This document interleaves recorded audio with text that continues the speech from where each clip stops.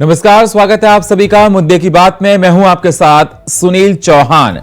तमिलनाडु के CM MK Stalin के बेटे उदयनिधि स्टालिन ने सनातन धर्म की तुलना डेंगू, मलेरिया और कोरोना से की। उदयनिधि ने कहा कि मच्छर, डेंगू, फीवर, मलेरिया और कोरोना ये कुछ ऐसी चीजें हैं जिनका केवल विरोध नहीं किया जा सकता, बल्कि उन्हें खत्म करना जरूरी होता है। सनातन धर्म भी ऐसा ही है, इसे खत्म करना हमारा पहला काम होना चाहिए। उदयनिधि स्टालिन के बयान पर बीजेपी ने ये सिर्फ कोई धर्म संस्कृति का विषय नहीं, ये भारत का समूल नाश करने का आधार है। बीजेपी नेता ने कहा, ये बात मैं इसलिए भी कहना चाहता हूं कि भारत के वो हिस्से जहां इरेडिकेशन, नाश ऑफ सनातन धर्म हो गया, लेटेस्ट हिस्ट्री पाकिस्तान की है। क्या हुआ वहां? आज तबाही का मंजर है कि नहीं? और भारत में कश्मीर में क्या हुआ? 2019 से पहले क्या ग्रोथ रेट थी, क्या रोजगार दर थी, क्या शिक्षा दर थी? इसलिए मैं दृढ़ विश्वास के साथ कहना चाहता हूं, उनका असली मंसूबा सामने आ गया और ये देश के बुनियादी ढांचे पर, जो ज्ञान का आधार है, जो विकास का आधार है, जो समृद्धि का आधार है, उस पर प्रहार करने और उसे ध्वस्त करने के अलावा और कुछ नहीं। इंडिया गठबंधन को निशाने पर लिया बीजेपी ने। बीजेपी की पीसी में प्रवक्ता सुधांशु त्रिवेदी ने कहा कि इनका एजेंडा हिंदू धर्म का समूल नाश करना है।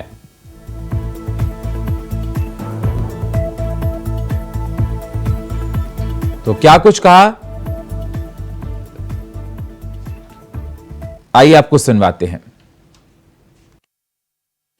சனாதானம் சமத்துவத்திற்கும் சமூக நீதிக்கும் எதிரானது. கொசு, டெங்கு காய்ச்சல், மலேரியா, கொரோனா இதையெல்லாம் நம்ம எதிர்க்க கூடாது, ஒழித்து கட்ட வேண்டும். அப்படிதான் இந்த சனாதனம். अलायंस का भारत विरोधी और हिंदू विरोधी चेहरा आज साफ तरीके से उजागर हो चुका है। जिस प्रकार से डीएमके, जो इंडी अलायंस का हिस्सा है, उसके नेता उदयनिधि स्टालिन कहते हैं कि वो न केवल सनातन धर्म का विरोध करते हैं, बल्कि उसकी तुलना बीमारियों से करते हुए उसको नस्तनाबूद खत्म करने की बात करते हैं। मतलब कि जिस धर्म में 80% लोगों की भारत में मान्यता है, उसी को समाप्त करना है, उसके अंदर आस्था रखने वाले लोगों को एक प्रकार से समाप्त करना है। ये बात जब वो कहते हैं, और इसका समर्थन कांग्रेस पार्टी के कार्ति चिदम्बरम भी करते हैं, क्या यही मोहब्बत की दुकान है राहुल गांधी जी? और ये कोई हैरानी की बात नहीं है। इनके गठबंधन से समाजवादी पार्टी का अभी बयान आया था कि हिंदू धर्म धोखा है। इनके पार्टी से आरजेडी का किस प्रकार का बयान आता है वो भी हमने देखा है। आईयूएमएल ने हिंदुओं के नरसंहार के नारे लगाए, एमएमके ने प्रभु श्री राम का अपमान किया, और जो मेन है कांग्रेस पार्टी, उसका तो एक लंबा चरित्र है सनातन विरोध और हिंदू विरोध का। हिंदू टेरर, प्रभु श्री राम है ही नहीं, राम मंदिर का विरोध। ये तो अभी मणिशंकर अय्यर ने भी बताया है कि किस प्रकार से सनातन विरोधी डीएनए है कांग्रेस पार्टी का। इनका एजेंडा साफ है कि हिंदू धर्म का समूल नाश करना है, सनातन धर्म का समूल नाश करना है। तो यह सिर्फ कोई धर्म संस्कृति का विषय नहीं है, यह भारत के समूल नाश करने का आधार है। और यह बात मैं इसलिए भी कहना चाहता हूं, भारत के वो हिस्से जहां इरेडिकेशन ऑफ सनातन धर्म हो गया, in the latest history Pakistan, what happened? अब तबाही का मंजर है कि नहीं? And in India, Kashmir, what happened before 2019? What was the growth rate? What was the employment rate? What was the education rate? That's why I want to say with firm conviction, India गठबंधन के Tamil Nadu Stalin के मंत्रालय के एक उदयनिधि स्टालिन ने, मंत्री ने, जिस प्रकार से हिंदू सनातन के खिलाफ आपत्तिजनक टिप्पणी की है और बोला है कि हिंदू सनातन धर्म एक संक्रामक है, एक मलेरिया है, उसको समाप्त करने का संकल्प लिया, यह निश्चित रूप से कहीं न कहीं इंडिया गठबंधन के जो चरित्र है उसको दिखाता है, उसको दर्शाने का काम किया है। आप देखो, इनकी लड़ाई बीजेपी या जो मोदी जी से नहीं है, इनकी लड़ाई हिंदू सनातन धर्म से है। चर्चा करने के लिए हमारे साथ जुड़ चुके हैं जावेद खान, प्रवक्ता कांग्रेस के हमारे साथ जुड़ चुके हैं, मनोज शर्मा जी प्रवक्ता बीजेपी के हमारे साथ जुड़ चुके हैं, आरबी उपाध्याय जी वरिष्ठ पत्रकार और हमारे साथ जुड़ चुके हैं स्वामी प्रबोधानंद गिरी जी महामंडलेश्वर। स्वागत आप सभी मेहमानों का चर्चा में जोड़ने के लिए। सबसे पहले मनोज जी मैं आपके पास ही आना चाहता हूं। मनोज जी, जिस प्रकार से स्टालिन के बेटे ने आज स्टेटमेंट दिया, उन्होंने कहा कि डेंगू, मलेरिया और कोविड की तरह सनातन धर्म है। क्या रिएक्शन आपका सर? सुनील भाई, ये लोग इस बात से इनकी मानसिकता झलकती है कि किस मानसिकता के व्यक्ति हैं ये लोग और क्या करना चाहते हैं, कि देश को लेके कहाँ जाना चाहते हैं। आप ये देखिए कि पहले तो एक स्वामी प्रसाद मौर्य समाजवादी पार्टी के नेता रहे, उनके नेता ने उनको जब ये बयान देना उन्होंने स्टार्ट किया तो उसका प्रमोशन करना स्टार्ट कर दिया। पहले सचिव, फिर महासचिव और फिर उनके एमएलसी भी बना दिया। तो ये चाहते हैं कि जो लोग, जो नेता हिंदू धर्म को गाली दें और ऐसी चीजें, एक ऐसा भ्रम जाल फैलाएं देश में जिससे जनता भ्रमित हो जाए। आप ये देखिए, जिस देश में 80% लोग एक जाति धर्म से ताल्लुक रखते हो और वहां आप ये बोलें कि ये बीमारी है और ये डेंगू है और ये मलेरिया है, इस बात से क्या साबित होता है? इस बात से ये साबित होता है कि इन्हें देश से कोई लेना देना नहीं है। इन्हें तो अपना सिस्टम चलाना है, इन्हें अपने जो इनकी सोच है उसको आगे बढ़ाना है और कैसे भी साम दाम दंड भेद कुछ भी अपनाकर कुर्सी पे कब्जा करना है। इस सोच के पीछे ये काम करना चाहते हैं और आप ये देखिए कि कहां पर इनके हाथों में देश का भविष्य सुरक्षित है। तो ये जनता जानती है सुनील भाई, इसीलिए चाहे कितने भी गठबंधन बना लें, चाहे कितने भी 26 दल जुड़े या 28 दल जुड़े, इससे कोई फर्क नहीं पड़ता। अब जनता मन बना चुकी है कि देश की सत्ता किसके हाथों में सुरक्षित है और किसको सौंपनी है। जावेद खान साहब, आपने सुना? सवाल मेरा आपसे यह है कि आप इंडिया के सदस्य हैं सर, अलायंस के, और जिस प्रकार से आज उदयगिरी स्टालिन ने कहा, एक कोई छोटा मोटा चेहरा नहीं है, उनके पिता एक बहुत बड़ी पोस्ट पे हैं और खुद विधायक रह चुके हैं, मंत्री हैं। मैं आपसे यह जानना चाहता हूं, आपका अलायंस साथ में है, क्या आप इस स्टेटमेंट से सहमत हैं कि वैसे आपके तमाम वरिष्ठ नेता कांग्रेस के इसका सहमत करते हुए नजर आ रहे हैं? नमस्कार के सभी दर्शकों को, यहाँ मीडिया पैनलिस्ट सभी को मेरा नमस्कार। नमस्कार सर। देखिए, ये एक बहुत ही बेहद ही दुर्भाग्यजनक बयान है। कांग्रेस इसके साथ कहीं पर भी नहीं खड़ी है और इस बयान के लिए हम तो खुद कहते हैं कि उन्हें पूरी की पूरी सनातन धर्म से, पूरी सनातन सभ्यता से और पूरे भारत से माफी मांगनी चाहिए। यह कांग्रेस का स्टैंड है। और इससे और एक बात ये कहना चाहूंगा मैं कि आज सभी दलों को, फिर वो चाहे बीजेपी ही क्यों ना हो, वो एनडीए ही क्यों ना हो, चाहे वो इंडिया ही क्यों ना हो, सभी दलों को बैठ करके एक विचार करना पड़ेगा। आप अगर देखेंगे कि 2014 से पहले राजनीति एक अलग विषय हुआ करती थी, धर्म की एक अलग महत्व हुआ करता था। 2014 के बाद से, जब से प्रधानमंत्री मोदी जी आए हैं सत्ता में, किस तरह से राजनीति में धर्म को घुसाया गया है। मैं आपके पैनलिस्ट में महामंडलेश्वर जी बैठे हैं, मैं उन्हें नमन करता हूं, नमस्कार करता हूं। मैं उनसे भी यही सवाल करूंगा कि 2014 से पहले राजनीति अपनी जगह थी, धर्म अपना जगह था। महामंडलेश्वर जी, आप स्वयं बताएं, क्या 2014 से पहले धर्म खतरे में था क्या? तो आप ये जावेद खान साहब, एक सेकंड मैं थोड़ा सा ऐड करना चाहता हूं। आप ये कहना चाहते हैं कि 2014 से पहले मतलब जो राजनीति होती थी वो धर्म को लेकर नहीं होती थी, अब धर्म को लेकर होती है। मतलब मोदी सरकार को आप इनडायरेक्टली कहीं ना कहीं क्वेश्चन रेज कर रहे हैं। बिल्कुल बिल्कुल, अगर आप देखेंगे धर्म की राजनीति हो रही है भाई। रामलला का ताला खुलवाने का काम राजीव गांधी ने किया था, लेकिन कांग्रेस इसका ढिंडोरा पीटते हुए नहीं घूमी थी। पर लेकिन आप जिस तरह 2019 की तक राम मंदिर के विपक्ष के लिए कौन खड़ा होता था कोर्ट में, सर ये बता दीजिए। 2019 तक राम मंदिर के निर्माण के लिए कौन खड़ा होता था? कौन सी पार्टी के जो वरिष्ठ नेता थे जो राम मंदिर के विरोध में सुप्रीम कोर्ट में अर्जी देते थे, विपक्ष में खड़े थे, जरा नाम बताएंगे उनका? सुनिए मेरी बात को सुनिए। वो उनका वो प्रोफेशन है, वो अपने प्रोफेशन के हिसाब से खड़े होते थे। कांग्रेस पार्टी 2019 से सर 2019 से पहले राम मंदिर के विपक्ष में कांग्रेस पार्टी खड़ी नहीं हुई सर? जरा ये बताइए आप, बिल्कुल ये बताइए सर आप, फिर आप कैसे कह सकते हैं? बिल्कुल नहीं खड़ी थी, कोई विरोध में नहीं खड़ी थी। मामला न्यायालय में था, मामला न्यायालय में था। कांग्रेस, देखिए कांग्रेस ने जब न्यायालय से उसका रिजल्ट आया, कांग्रेस ने स्वीकार किया, मामला न्यायालय का था। मैं वही कहना चाहता हूं, देखिए राजनीति अपनी जगह है, धर्म अपनी जगह है। धर्म और राजनीति को जोड़ने का कार्य भारतीय जनता पार्टी करी है, उसका परिणाम यह है। अभी रोक लगाने की आवश्यकता है, सारे देश की सारी पार्टियों को बैठ करके इस पे विचार। कोर्ट न्याय के बाद बना, ठीक है। आप ये बताइए, यही वो कांग्रेस थी, कभी ताला खुलवाती थी, कभी ताला बंद कराती थी, कभी कराती थी।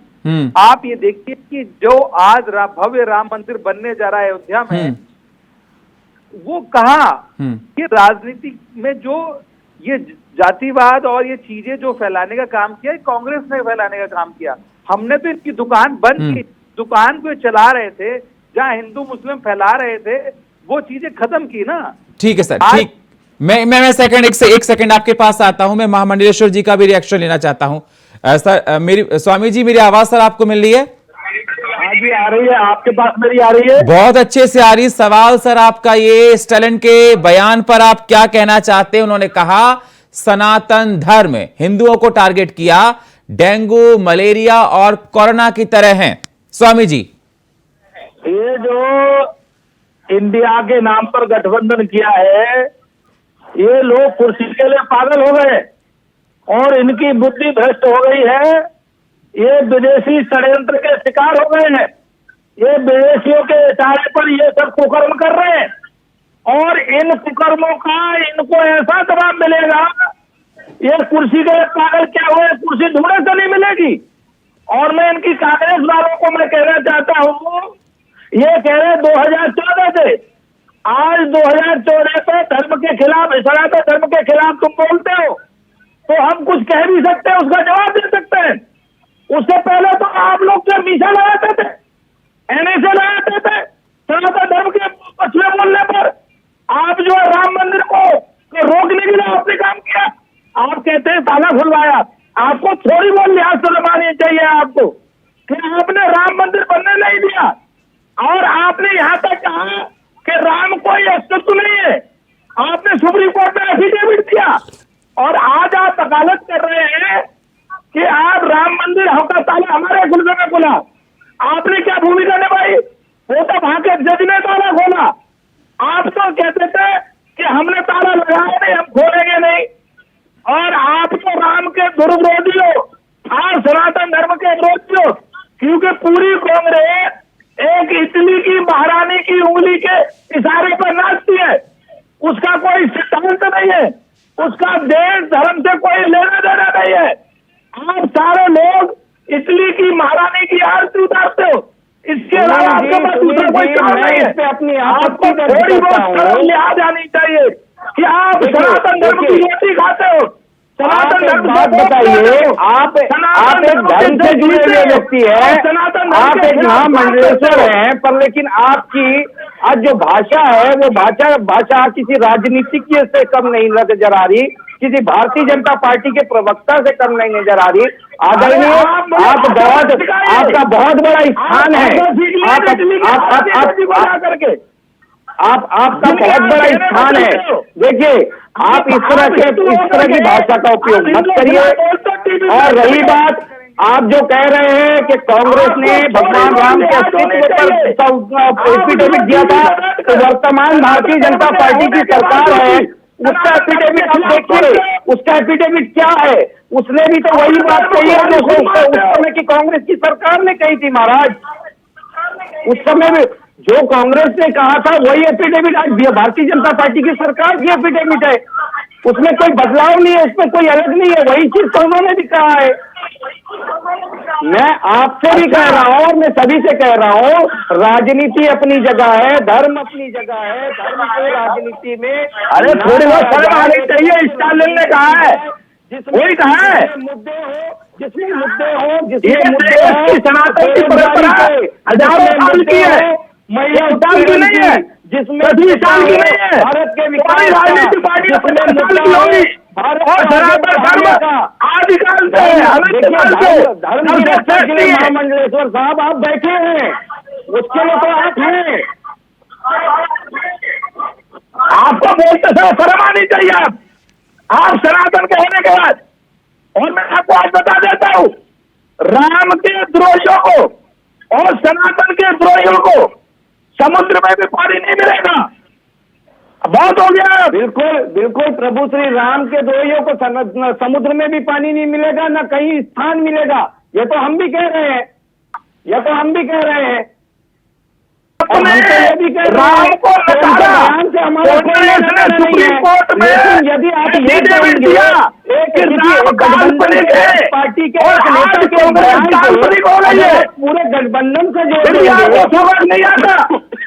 आप पूरे गठबंधन से आप बताइए, अभी एनडीए का कोई एक घटक दल का कोई नेता सनातन के खिलाफ अगर कोई बात कह देगा तो आप क्या उसे पूरे एनडीए से जोड़ देंगे? क्या उसे पूरा नरेंद्र मोदी जी से जोड़ देंगे? क्या उसे आप पूरा भारतीय जनता पार्टी से जोड़ देंगे? भाई कांग्रेस ने तो स्पष्ट कर दिया मोदी के खिलाफ साफ है कि हम नरेंद्र मोदी के खिलाफ कोई दिक्कत नहीं है, उसमें बात नहीं करते, लेकिन आप सनातन धर्म के खिलाफ बोलेगा, हम ये बर्दाश्त नहीं है। भी नहीं करते, बहुत बोल लिए, विरोध कर रहे हैं, बहुत काम कर लिया,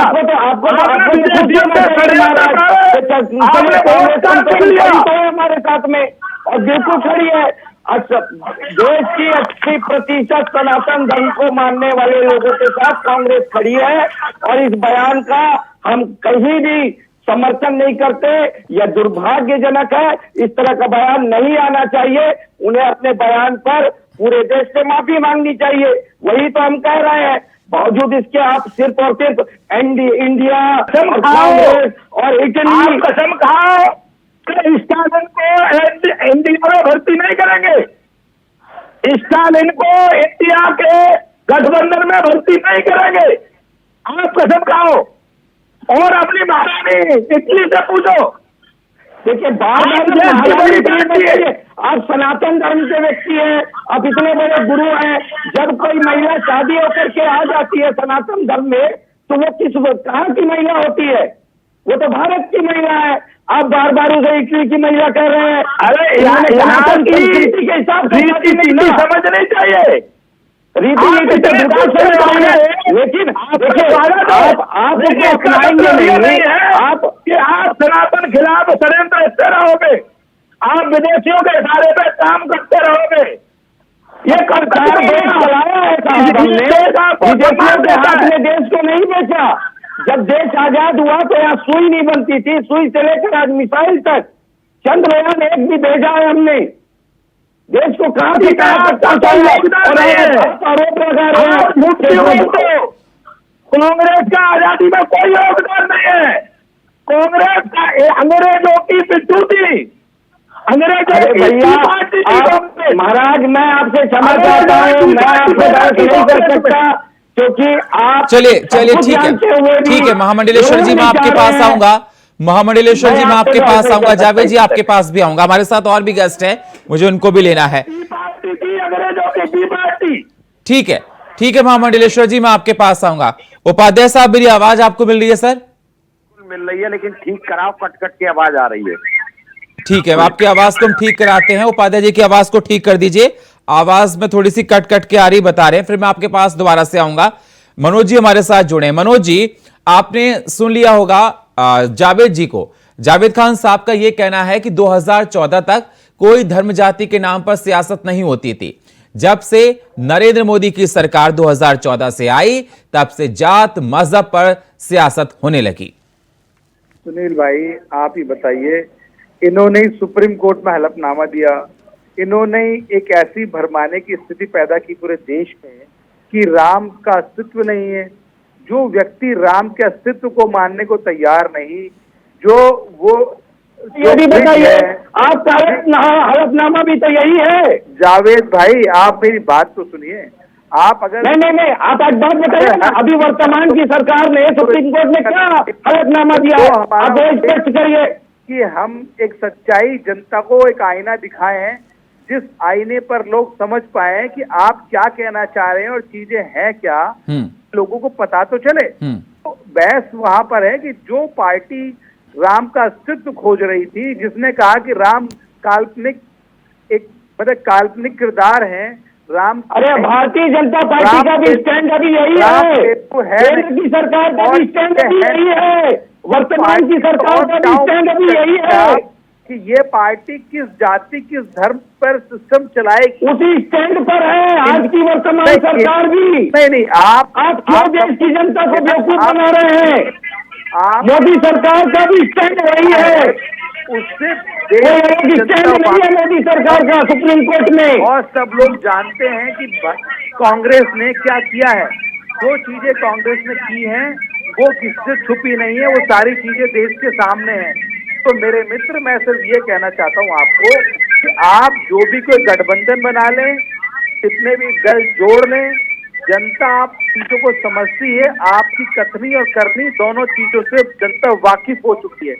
आज जनता चाहती है कि जो जहां पर उनका भविष्य सुरक्षित है, जहां पर उनको सुरक्षा मिलती है, जहां पर चीजें मिलती हैं, आज उसको वोट करने की बात कर रहे हैं। आप गठबंधन कितना भी बना लीजिए, ये गठबंधन वो गठबंधन है जो एक दूसरे के चेहरे को देखने को। लेकिन मनोज जी वो साफ तौर पर कह चुके हैं, वो साफ तौर पर कह रहे हैं कि जो स्टैलिन के बेटे ने स्टेटमेंट दिया है वो सहमत नहीं है। साफ तौर पर जावेद खान का कहना है कि मैं सहमत नहीं हूं, उनको माफी मांगनी चाहिए। नहीं सुनील भाई, मेरी बात सुनिए।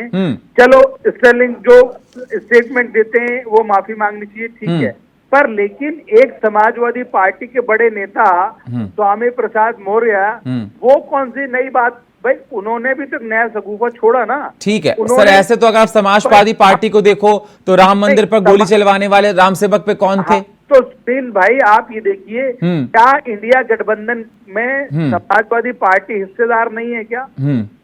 वो गठबंधन का हिस्सा नहीं है क्या? आप मुझे बताइए, ये किस सोच पर इन्होंने गठबंधन बनाई? असल बात यहाँ पर यह है चाहते हैं ये पहले अकेला चल रहे थे, जैसे इंडिया का गठबंधन हुआ उसके बाद इनको अपने गठबंधन की याद आई, तब ये इंडिया का गठबंधन किए।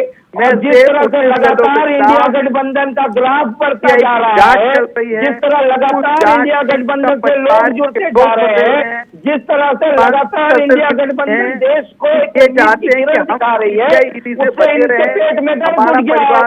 अब इनको मिल गया एक बयान, और ये सारे कोल आर्मी के लोग उस बयान के बेस पे इंडिया गठबंधन के ऊपर प्रहार कर रहे हैं, जबकि पूरी के पूरी इंडिया गठबंधन की मेरा मानना ये है पार्टियों ने कि इस बयान का खंडन कर चुका है। करनी दोनों में फर्क है। पार्टियों ने तो इस बयान का खंडन कर दिया, मौजूद इसको शायद इनको इंडिया गठबंधन से जोड़ना से बाहर ना करता है। आज भारतीय जनता पार्टी और एनडीए इंडिया गठबंधन से डर चुकी है, कांग्रेस चुनाव से पहले ही हार मान चुकी है। और वेंटिलेटर पे कांग्रेस, वेंटिलेटर पे तो भारतीय जनता पार्टी आएगी। कांग्रेस है नहीं। साल में सबसे कम सबसे ज्यादा बेरोजगारी आपने देश में फैलाई, वेंटिलेटर में तो भारतीय जनता पार्टी आएगी। बहुत हुई महंगाई की मार, अब की बार मोदी सरकार बोल करके आपने 1400 रुपए सिलेंडर कर दिया, 100 रुपया पेट्रोल डीजल कर दिया। वेंटिलेटर में तो भारतीय जनता पार्टी आएगी। ठीक है, इस तरह से जावेद खान साहब, ठीक है सर, ठीक है जावेद खान साहब, सवाल मेरा सर आपसे है कि जिस प्रकार से स्टैलिन के बेटे ने ये बात कही, क्या आपको नहीं लगता कि आप लोगों का वोट बैंक गिरेगा कि इस प्रकार की सनातन की बात को आपने कहा, और सोच समझ के उनको देना चाहिए? सुनील जी, इसके लिए हम क्या कह रहे हैं, और हमारे साथ में इंडिया गठबंधन के और भी जो हमारे घटक दल है उनका भी बयान आया है, उन्होंने भी इसे दुर्भाग्यपूर्ण कहा है। देखिए, हमें आज के समय में बहुत ही सोच समझ करके आगे बढ़ने की जरूरत है।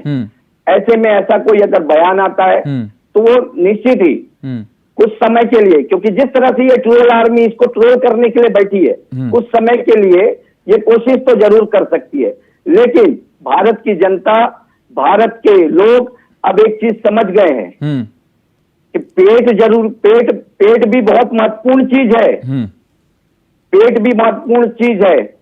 और जिस तरह से गरीबों की थाली से ये खाना चुराने का कार्य कर रही है भारतीय जनता पार्टी, मैं सर आपके पास आऊंगा कौन क्या काम कर रहा है। ठीक है सर, ठीक है, मैं आपके पास आऊंगा। हमारे साथ आरबी उपाध्याय जी जुड़ चुके हैं, वरिष्ठ पत्रकार। उपाध्याय साहब, जिस प्रकार से उदयनिधि स्टैलिन ने कहा कि सनातन धर्म खासकर हिंदू को टारगेट किया, डेंगू, मलेरिया और कोविड की तरह है, मैं आपसे ये जानना चाहता हूं कि 2024 का चुनाव जैसे जैसे नजदीक आ रहा है, इस प्रकार के स्टेटमेंट सामने आने लगते हैं, खासकर विपक्षी पार्टियों की तरफ से। क्या मायने लगाए जाएं इसके और आप क्या कहना चाहते हैं? वो बयान स्टालिन का है, वो कांग्रेस का आधिकारिक बयान नहीं है। अब महामंडलेश्वर जी गिरी जी महाराज के चरणों में नमन करते हुए मैं कहूंगा कि उन्हें इटली की रानी से दिक्कत हो सकती है, वो पर्सनल है, लेकिन आप ये कहें कि भी समाजवादी पार्टी के जिस नेता ने गोली चलवाई थी, तो समाजवादी पार्टी के जो भी वर्कर हैं या जो उसको वोट करते हैं वो सारे हिंदू नहीं हैं। राम जितने पूजनीय हैं वो मेरे भी पूजनीय हैं और समाजवादी पार्टी के जो लाखों करोड़ों कार्यकर्ता हैं उनके भी पूजनीय हैं। अब देखिए, राजनीति और धर्म दोनों अलग अलग चीज है, दोनों का घालमेल कर देना और देखिए उसमें फिर इटली की महारानी को ले आना, यानी डायरेक्ट टारगेट कांग्रेस को करना। रे कांग्रेस का बयान नहीं है, वो स्टालिन का बयान है। स्टालिन की निंदा मेरे ख्याल से कांग्रेस के प्रवक्ता ने भी कही कि भाई वो गलत है, उसकी निंदा करते हैं। लेकिन ये जो भूत है कांग्रेस का, ये सताता है। बीजेपी को सताए वो तो समझ में आता है कि बीजेपी को तो इलेक्शन लड़ना है, प्रतिद्वंदी पार्टी है, लेकिन महामंडलेश्वर जो कि एक धार्मिक हमारे आस्था का प्रश्न है, उनका भी विद्वेष किसी पॉलिटिकल पार्टी के साथ या किसी पॉलिटिकल पार्टी के साथ प्रेम, वो समझ से परे है। धर्म की रक्षा के लिए मुझे बता दें महामंडलेश्वर जी, मैंने वो दिन भी देखा है कि जम्मू कश्मीर में कश्मीरी पंडितों का पलायन हुआ, उनके साथ अत्याचार हुआ, कहाँ गए थे महामंडलेश्वर जी? गए वहां? उनके लिए क्या किया? उनके लिए कुछ किया? जहाँ धर्म के लिए करना चाहिए वहाँ धर्म आज तक विस्थापित है। वो आज तक कश्मीरी पंडित इस देश के अंदर विस्थापित है, आज भी वो नक्य जीवन जी रहा है। कांग्रेस की देन थी, वो सनातन आपकी क्या काम कर रहा है? कांग्रेस का घर बन गया है। उस समय गवर्नर पर अत्याचार करना कांग्रेस का फैशन है। नहीं, वहाँ क्या किया गया? मेरा कांग्रेस का सनातन के खिलाफ काम करने का है और यानी कांग्रेस राम मंदिर में मैं आंदोलन में रहा हूँ। और रही बात आपको कश्मीर के लोगों की, तो आपको मेरे बारे में जानकारी नहीं है। उस समय भी मैं गया था और आज भी मैं कश्मीर के लोगों लेके रहता हूँ, लेकिन वो पार्टी कांग्रेस नहीं किया है। महामंडलेश्वर सर वो आज भी विस्थापित हैं, आज भी वो विस्थापित जीवन जी रहे हैं, आज भी उन्हें स्थापित नहीं किया गया जम्मू कश्मीर में। वो कांग्रेस का कारण खड़ा होगा आप पर, आपने क्या किया उनके लिए? कारण से नहीं, अच्छा, अब तो 10 साल से, अरे अब तो 10 साल से बीजेपी की सरकार है, अब ये कहां से आ गए? अगर 10 साल में स्थापित नहीं कर पाई तो कहना है कि बीजेपी उस काम को करे और बीजेपी क्या करे? 10 साल में नहीं किया। अरे 10 साल में नहीं किया, मुझे बता दें 10 साल होने को जा रहे हैं। कश्मीरी पंडितों को बताया उनका हक मिला, उनका हक मिला, उनकी जायदाद मिली, उनकी जमीनें मिली। इटली की महारानी जब आपको तकलीफ है, कश्मीर से निकाला, लाखों किसने निकाला? मरवाया। जगमोहन सिंह गवर्नर थे उस समय, ये बात उस समय जो गवर्नर थे जगमोहन सिंह थे। कांग्रेस को पास खाया जाना। ये कांग्रेस, देखिए फिर आप कांग्रेस, नहीं, अरे आपको हिंदू की बात करनी चाहिए, हिंदू की बात करनी चाहिए। कांग्रेस के शासन में अलीगढ़ में दंगे होते थे, मुरादाबाद में दंगे होते थे, मेरठ में दंगे होते थे, हजारों हिंदू मारे जाते थे। और मणिपुर में जो हो रहा है वहां कुछ नहीं हो रहा। मणिपुर में शांति है, नहीं, मणिपुर में शांति है, अभी नूह में, अरे हरियाणा के नूह में वहाँ जो अत्याचार हुआ हिंदुओं के ऊपर, अरे वहाँ सरकार बीजेपी की हरियाणा में तो आप बीजेपी का महिमा मंडन करिए, फिर ये मत लिखवाइए महामंडल को, आप नीचे लिखवाइए, मनोज पंडित की तरह लिखवा लीजिए प्रवक्ता बीजेपी। कांग्रेसी विधायक ने करवाया। देखिए आपके कहने से कांग्रेस खत्म नहीं हो जाएगी, आपके कह देने से विधायक है नहीं, आप बीजेपी के प्रवक्ता बन जाइए। ठीक है सर, ठीक है, हटा दीजिए नीचे से। ठीक है उपाध्याय जी, ठीक है महामंडलेश्वर जी, स्वामी जी ठीक है, बहुत अच्छा लगेगा, ठीक है, मुझे आपकी राय की जरूरत नहीं है। ठीक है सर, मुझे राय की जरूरत उपाध्याय जी ठीक है सर, ठीक है सर, स्वामी जी, पहले उपाध्याय जी ठीक है, आपके पर्सनल हो सकता है कि आप उनको क्या बुलाना है, लेकिन मैंने उनको एक स्वामी और महामंडलेश्वर के तौर पर आमंत्रित किया है और डिबेट में वो हिस्सा है, लेकिन जो लोग आप अपना बोल रहे हैं वो आपका पर्सनली हो सकते हैं। सवाल लगातार यही था कि जिस प्रकार से धर्म को लेकर राजनीति होती है और इस टैलेंट का जो स्टेटमेंट निकल कर आया, हम इसकी जिस प्रकार से जावेद खान का कहना है कि हम लोग इसकी भर्त्सना करते, निंदा करते हैं, लेकिन उनका यह भी कहना है कि 2014 से पहले धर्म पर राजनीति नहीं होती थी उपाध्याय साहब, और राजनीति नहीं होती थी 2014 के आने के बाद, मतलब मोदी सरकार के आने के बाद धर्म पर राजनीति होती है। हिंदुओं का नाश करने के लिए होती थी। अरे देखिए साहब, ठीक है स्वामी जी, मैं आपके पास आऊंगा। हिंदू और हिंदुत्व किसी का मोहताज नहीं है। जब औरंगजेब आया, खिलजी आया, दुनिया भर के लोग आए, न हिंदुत्व खत्म हुआ न सनातन संस्कृति खत्म हुई, तो वो स्टालिन के कहने से खत्म नहीं हो जाएगी, वो मेरे कहने से खत्म नहीं होगी। इतना आसान नहीं है। लेकिन उपाध्याय सर एक सेकंड, करते हैं इलेक्शन से पहले इस प्रकार के बयानबाजी करना, इलेक्शन से पहले इस प्रकार की बयानबाजी करना क्या दर्शाता है सर? हिंदुओं के खिलाफ बोलना, इसका क्या मतलब? जब बजरंगबली के नाम पर, जय बजरंगबली के नाम पर वोट मांगा जाएगा, कर्नाटक में जय बजरंगबली क्या है वो? इलेक्शन होता है चुनावी मुद्दों पर, वो होता है जनता की समस्याओं पर। वो भगवान राम के नाम पर, भगवान राम भी अपने कहते होंगे ये कहां से लोग मेरे को राजनीति में घसीट रहे हैं। तो देखिए, धर्म को राजनीति का अंग बनाना मैं समझता हूँ जस्टिफाइड नहीं है। चुनाव में होना चाहिए जनता की समस्याएं, पानी है, बिजली है, शिक्षा है, स्वास्थ्य है, ये जो मूलभूत समस्याएं वो होनी चाहिए। ये नहीं है कि भाई सेना के नाम पर दे दो, नहीं है तो बजरंगबली के नाम पर दे दो, नहीं तो अल्लाह के नाम पर दे दो, फिर क्या रह जाएगा? ये चुनाव का मतलब ही खत्म हो जाएगा, फिर तो जनता की समस्याओं की बात ही नहीं होगी। और जनता की समस्याओं की बातें चुनाव में ही होती है, और चुनाव में मुख्य मुद्दा होना चाहिए। के खिलाफ जो है बाकी सारे वोट इकट्ठे होता है मुसलमान और ईसाइयों के, और मुसलमान ईसाइयों का वोट लेने के लिए आप हिंदुओं का हमला करना चाहते हैं। जी, वो लोग इकट्ठे हो गए, सुन लें, उन्होंने अकेले कश्मीर से कश्मीरी हिंदुओं को भगा दिया, आपने वहां स्थापित किया आज तक? भाई आप तो महामंडलेश्वर है, आपसे उम्मीद है कि आप उन्हें बता देते, अरे उन्हें स्थापित कर देते। भाई आप तो धर्म गुरु है, महामंडलेश्वर है, और महामंडलेश्वर के नाते मैंने प्रणाम किया, चरण स्पर्श किया आपको। अरे हिंदू कर देने से नहीं होगा। हिंदुओं के लिए किया क्या आपने? कश्मीरी पंडितों को स्थापित नहीं कर पाए, उन्हें उनकी जायदाद नहीं दिल पाए, इसी देश में, इसी संविधान में उन्हें न्याय नहीं मिला, और आप हिंदू सिर्फ कह देने भर से नहीं होगा। हिंदुओं के लिए किया क्या है मुझे बता दे। अरे आप जैसे लोग नहीं करने देते, आप लोग जो आप चाहते, अरे मेरे जैसे लोग क्या करें? अरे मैं महामंडलेश्वर नहीं हुआ, अरे मैं पत्रकार हूँ, आवाज उठा रहा हूँ। आप महामंडलेश्वर है, आप उन्हें न्याय दीजिए, धर्म का काम करिए, उन्हें स्थापित करिए, उनकी जायदाद दिलवाइए। हिंदू खिलाफ बोलोगे क्या? अरे मैं हिंदू के खिलाफ नहीं बोल रहा, मैं खुद हिंदू हूँ, मैं भगवान राम का उपासक हूँ, हनुमान जी की आराधना करता हूँ, और आपको भी चरण बंदन किया है मैंने, लेकिन महामंडलेश्वर के नाते, मैं महामंडलेश्वर के नाते, बीजेपी प्रवक्ता के नाते नहीं, आप बीजेपी प्रवक्ता के नाते नहीं किया। ठीक है उपाध्याय जी, ठीक है स्वामी जी। मनोज जी, मनोज जी, मेरी आवाज आपको मिल रही है सर? मिल रही है सुनील भाई जी, अपनी बात को रखिए। लगातार यही कहना है, जावेद खान साहब ने भी यही कहा कि हम इस स्टेटमेंट की भर्त्सना करते हैं, हम बिल्कुल इसके समर्थन में नहीं हैं, और आरपी उपाध्याय जी का भी यही कहना है।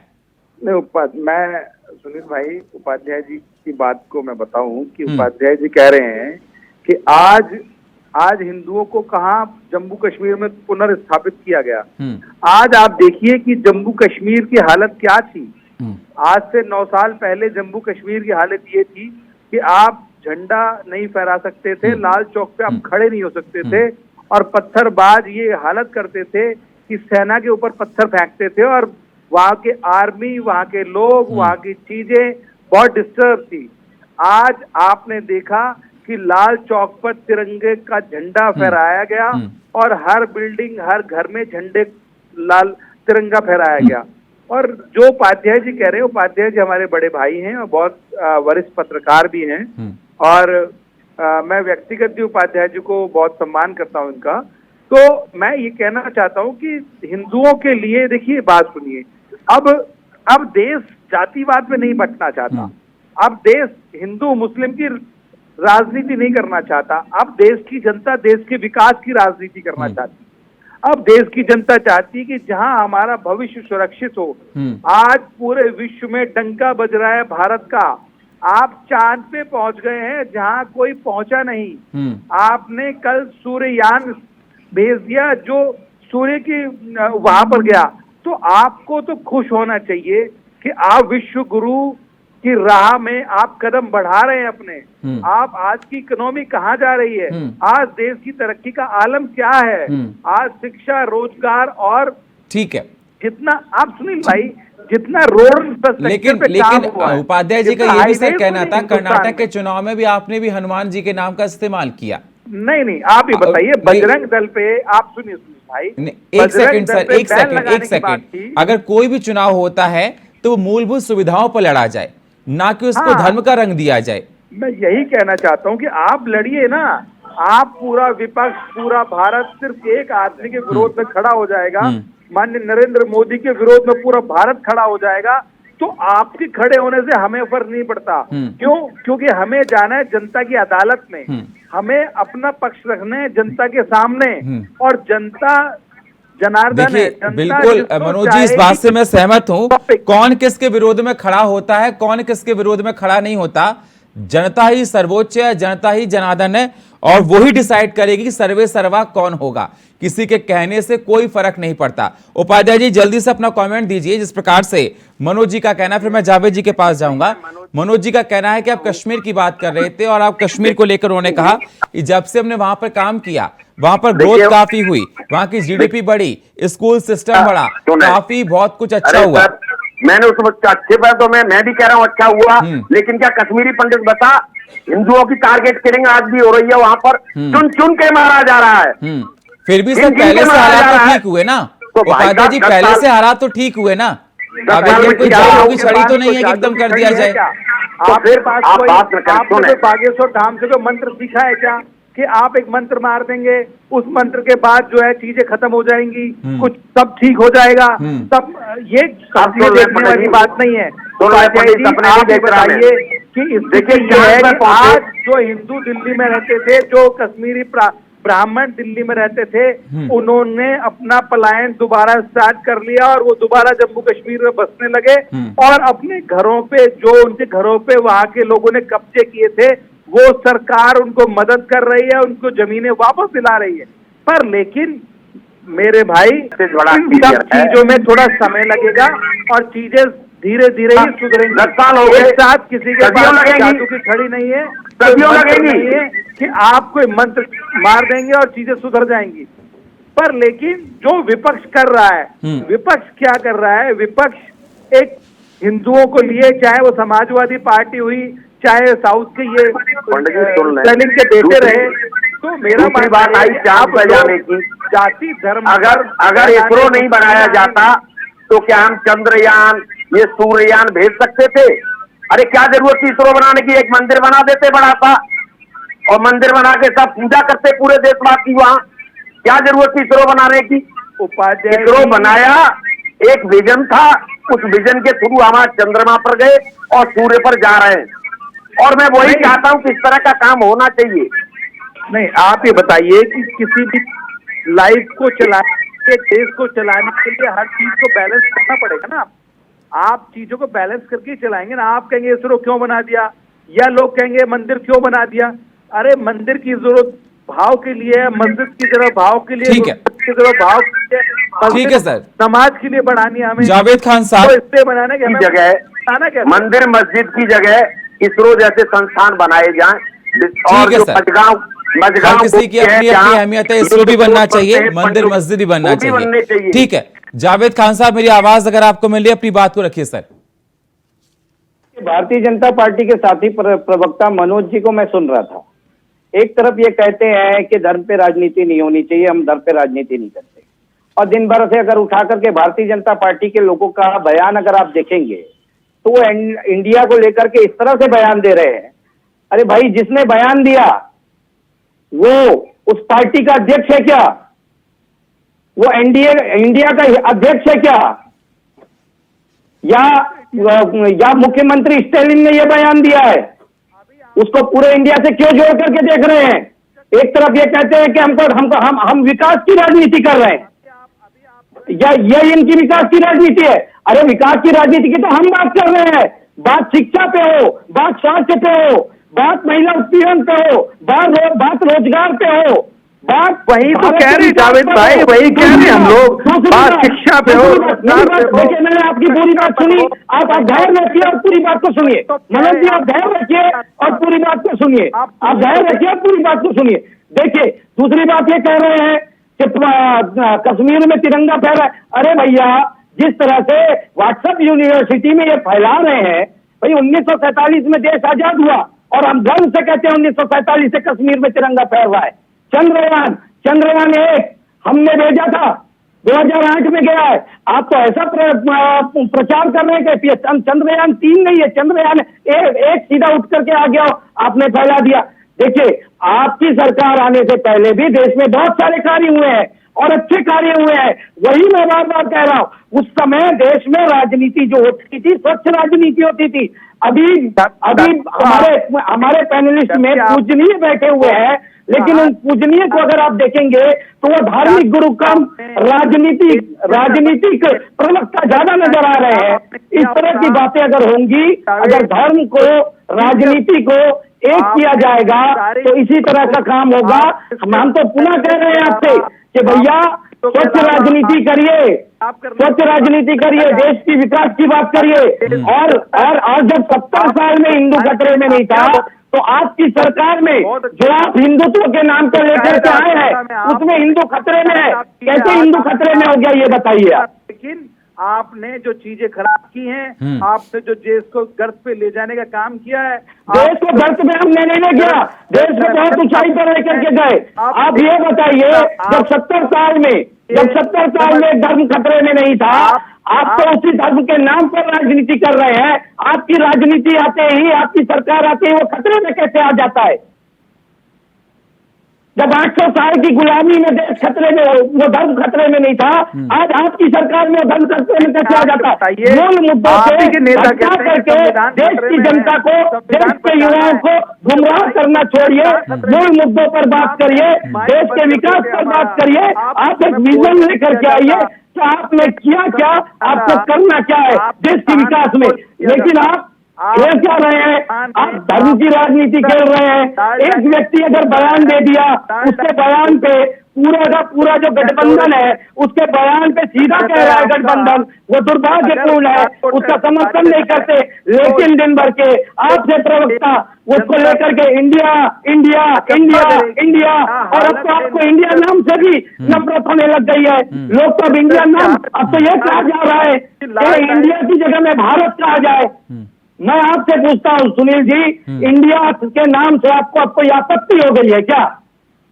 क्या इस तरह के बयान का आप समर्थन करते हैं क्या कि इंडिया अगर कोई घटक दल ने नाम रख लिया है तो अब इंडिया ना कहा जाए, अब भारत कहा जाए? जनता खुद डिसाइड करेगी सर, जिसने जो नाम रखा है। मैंने आपसे बोला कि 2024 में जनता खुद डिसाइड करेगी कि नाम उनको अच्छा लगा गठबंधन अच्छा लगा या नहीं, हम सब लोग क्या कर सकते हैं, जनता ही सर्वोच्च, मैंने आपको पहले ही बोला था। लेकिन सर जावेद खान साहब, जिस प्रकार से आप कह रहे हैं कि स्टालिन के स्टेटमेंट का आप समर्थन नहीं करते, तो क्या अगर इस प्रकार के जो भी कोई आपके पार्टी में धर्म विरोधी स्टेटमेंट देता है, उनको इस गठबंधन से निकालना नहीं चाहिए?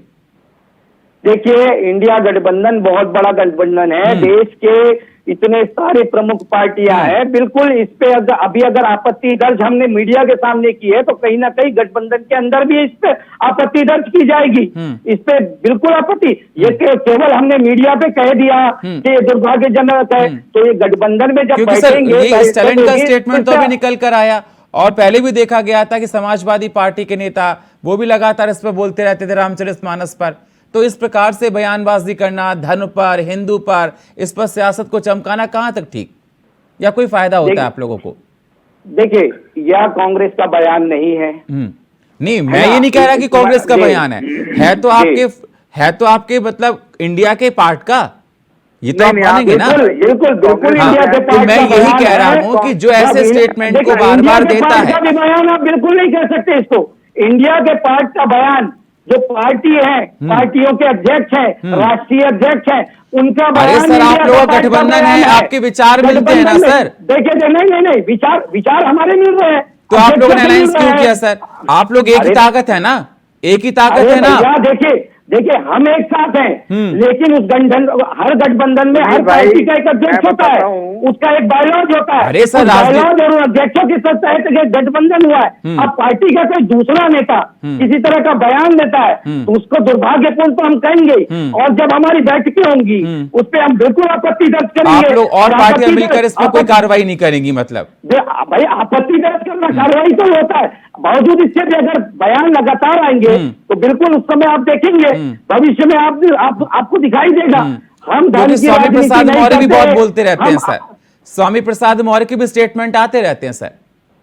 अरे भैया, देखिए, स्टेटमेंट आज के समय में मैं क्या कहा, आपका डिबेट जब शुरू हुआ तो मेरा पहला वाक्य यही था, धर्म अपनी जगह है, राजनीति अपनी जगह है, धर्म को अपनी जगह रहने दे, राजनीति को अपनी जगह रहने दे। राजनीति देश को के विकास के लिए है, देश के लिए जो आप योजनाएं बनाएंगे उसके लिए है। मतलब राजनीति के लोग धर्म पर अगर ऐसी बात करें तो उसका कोई मतलब नहीं सर?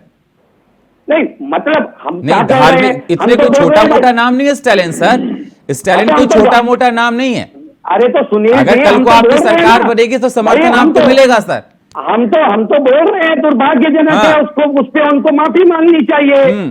और इस पे अगर भविष्य अभी आगामी जो हमारी इंडिया की बैठक होगी इस पे भी बात होगी, इस पे भी हो सकता है भविष्य में अगर उनके तरह से जो कोई स्टैंड ऐसा ही बना रहा तो हो सकता है इस पे इंडिया गठबंधन के सारे दल मिलकर के कुछ निर्णय भी लेंगे। ठीक है सर। लेकिन यहाँ पर देखने वाली बात यह है कि भारतीय जनता पार्टी, जो कांग्रेस का भूत इनके अंदर घूम रहा था, अब इंडिया का भूत घूम रहा है। किस तरह से किसी के भी बयान को सीधे इंडिया से जोड़ करके, किस तरह से किसी के भी बयान को सीधा कांग्रेस से जोड़ करके ये राजनीति करना चाह रहे, देश में परोस रहे, ताकि देश की जनता मुद्दों से हट जाए, देश की जनता विकास पे बात नहीं करे, ना इनके कुकर्मों पे बात नहीं। मनोज जी, जल्दी से अपनी बात को रखिए सर। इन्हें वोट दे दे, फिर से मोदी जी को सरकार मिले। कांग्रेस ने अभी एक नया सगुफा छोड़ा कि चाइना देश में 1000 किलोमीटर अंदर घुस गया।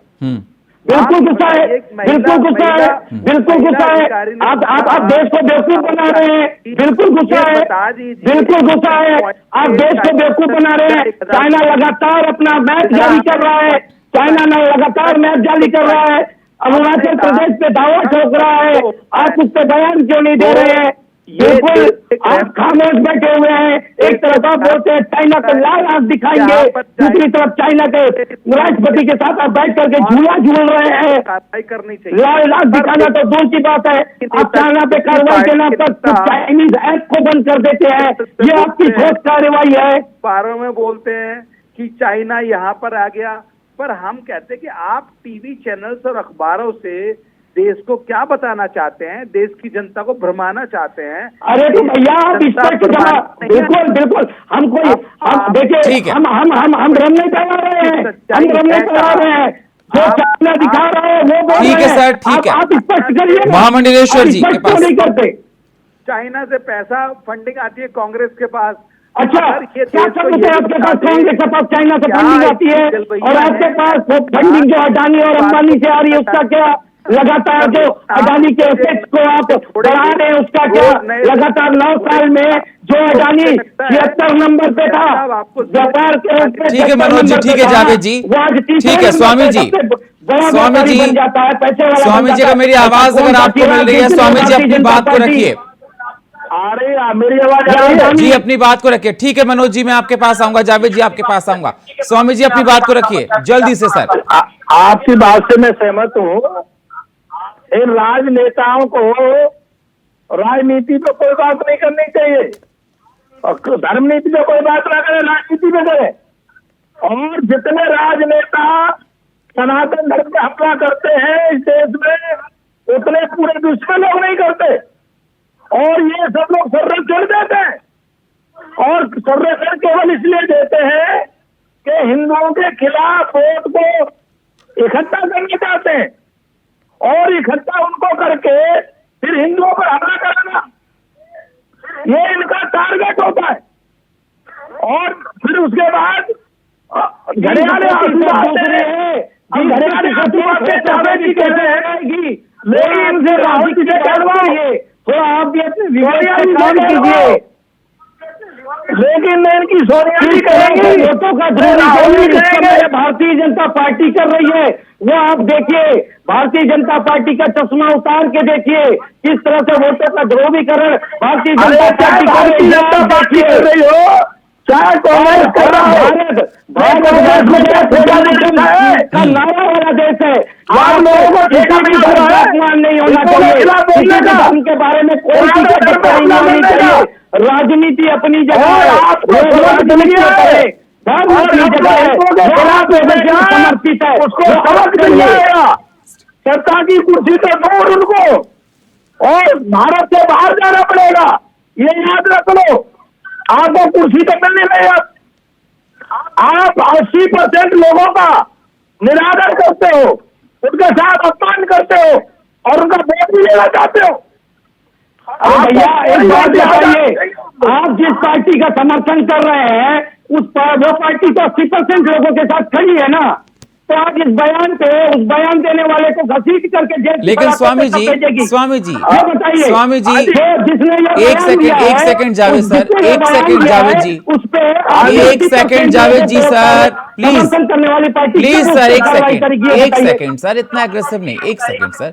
स्वामी जी, अगर कोई हिंदुओं का अपमान कर रहा है, हिंदू समझदार हैं सर, आने वाले चुनाव में उसका जवाब देंगे, बिल्कुल देंगे, बिल्कुल। और इतना बढ़िया मैं कहता हूं अगर सनातन की कोई एक सेकंड, स्वामी जी, सनातन का कोई अपमान करता है, किसी भी रूप में सनातन का कोई अपमान करता है तो सनातन आपने राम का अपमान किया सर, तो आप सत्ता से बाहर हो गए। ठीक है, भविष्य में किसको सत्ता में रखना है किसको नहीं रखना है जनता बताएगी। लाल के हसीन टुकड़ों की तरह सत्ता का स्वप्न देखते रहो बस। ठीक है उपाध्याय जी, लास्ट कमेंट जल्दी से आपका। उपाध्याय जी मेरी आवाज मिल रही है? Last comment. बिल्कुल मिल रही है। और ये जो सॉफ्ट टारगेट हिंदुत्व को सनातन को करते हैं, उसका कारण ये है कि देखिए, अगर किसी दूसरे धर्म में करेंगे, जावेद जी के धर्म को अगर कोई करेगा तो वहां मौलाना और पूरा जो धार्मिक गुरु है वो एक साथ उग्रों के सामने आ जाते हैं और सरकार मजबूर हो जाती है यू टर्न लेने को। हमारे यहाँ मैं ये मानता हूं कि देखिए, मान लो स्टैलिन ने बोला है वहां महामंडलेश्वर जाएं, सारे साधु संत जाएं, स्टैलिन के बाहर धरना प्रदर्शन करें, उसके खिलाफ कानूनी कार्रवाई की मांग करें। जनता तो जो चुनाव आएगी जवाब देती है, लेकिन धर्म गुरुओं का भी कोई एक भाई, क्यों हम धर्म गुरु चुनते हैं, इनका जो भाई सर्वोच्च स्थान है, उनका भी कुछ कर्तव्य बनता है कि वो कर्तव्य करें, लेकिन देखने में नहीं मिलता।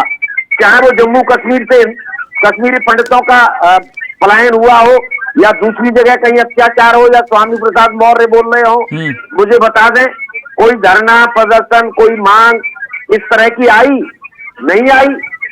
जनता तो चुनाव के समय होती है, चुनाव के बाद तो जो धर्म है, धर्म का पूरा दारोमदार तो महामंडलेश्वर के पास होता है, धार्मिक गुरुओं के पास होता है। संत महापुरुषों के पास होता है। ठीक है। जब तक ये सब लोग मजबूती के साथ अगर आगे नहीं बढ़ेंगे तो सॉफ्ट टारगेट लोग करते रहेंगे। ठीक है सर। कहीं न कहीं भाई दूसरे धर्मों में तो भाई बर्दाश्त नहीं करते हैं, उनके जो धर्म गुरु हैं धर्म के खिलाफ एक शब्द बर्दाश्त नहीं करते हैं। ठीक है सर, ठीक है। मनोज जी, फाइनल कमेंट जल्दी से। बताऊं आपको कि आप इसका जवाब जनता चुनाव में जवाब देगी, आप देखना, और वो जो जवाब देगी वो एक ऐसा जवाब होगा ताकि इनके आने वाले समय में इनके मुंह पे ताले लग जाएंगे, ये बोल नहीं पाएंगे, ये शिकल नहीं दिखा पाएंगे कि इनकी कथनी और करनी और इनकी मानसिकता क्या है। इस मानसिकता के लोग, हिंदुस्तान में ऐसे लोगों की आवश्यकता नहीं है। आप ये देखिए कि ये हिंदुस्तान ऐसा देश है जहां पर हर धर्म हर जाति के व्यक्ति का सम्मान होता है। ठीक है। पर ये लोग एक ऐसा जहर फैला दें जिससे चीजें चलें, तो मुझे लगता है कि ऐसे लोग। जावेद खान साहब, जल्दी से आपका स्टेटमेंट लास्ट, जल्दी से फाइनल कमेंट। देखिए, हमारा सीधा सीधा फाइनल कमेंट यही है कि इस बयान से हम सीधा कहते हैं कि ये दुर्भाग्यपूर्ण है। रही बात दूसरी, जो मैंने फिर से कहा था, राजनीति अपनी जगह है, धर्म अपनी जगह है।